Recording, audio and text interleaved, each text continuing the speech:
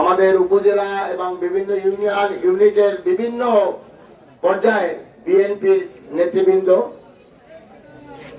আমাদের কথা হচ্ছে এই যে আমরা সকলেই দীর্ঘদিন এই বিএনপির সাথে জড়িত।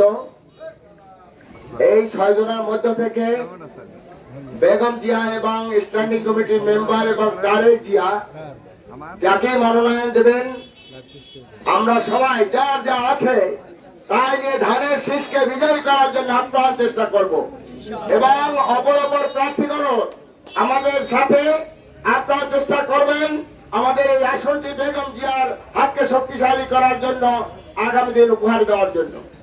আজকের অপর এক প্রার্থী আছেন, সে নমিনেশনের জন্য বিভিন্ন এলাকায় ঘোরাফেরা করে, 8 সালে একবার নির্বাচন করেছিল।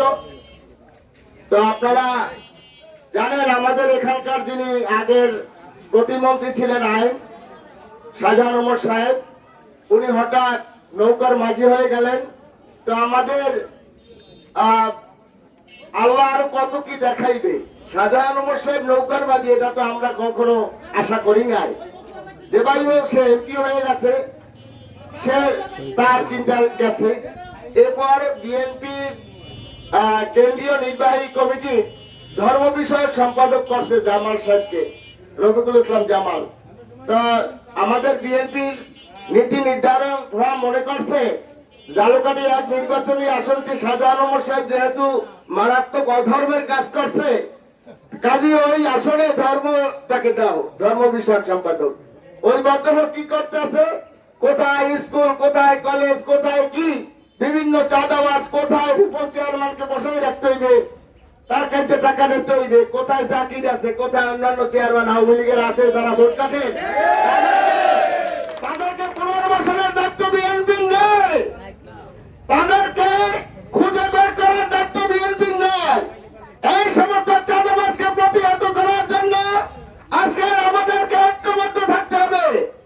আমরা রুহুল কমিটির বিষয়ে আমাদের প্রাণের স্পন্দন 14 কোটি মানুষের আশা আকাঙ্ক্ষার আগামী দিনের প্রতিফলন তারেক রহমানকে দৃষ্টি করে বলতে চাই, আপনি আমাদের এই জালুকাঠি নির্বাচনী আসনটি মনোনয়ন দেওয়ার প্রাক্কালে অবশ্যই জনগণের মনের আশা আকাঙ্ক্ষার দিকে তাকিয়ে আমাদের প্রার্থী বাছাই করবেন। যেহেতু আমাদের এই এলাকায় ব্যাপক চাঁদাবাজি হয়েছে, আওয়ামী লীগকে পুনর্বাসন করা হয়েছে, আওয়ামী লীগের লোকজনকে পুনর্বাসিত করা হয়েছে বিএনপির মাধ্যমে।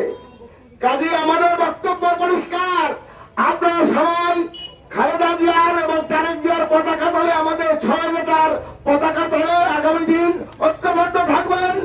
আমরা আশা করি আগামী দিন ধানের শীষ আমাদের এদের মধ্য থেকেই পাবে। এই বলে আমি আপনাদের সকলকে ধন্যবাদ যে আমার বক্তব্য শেষ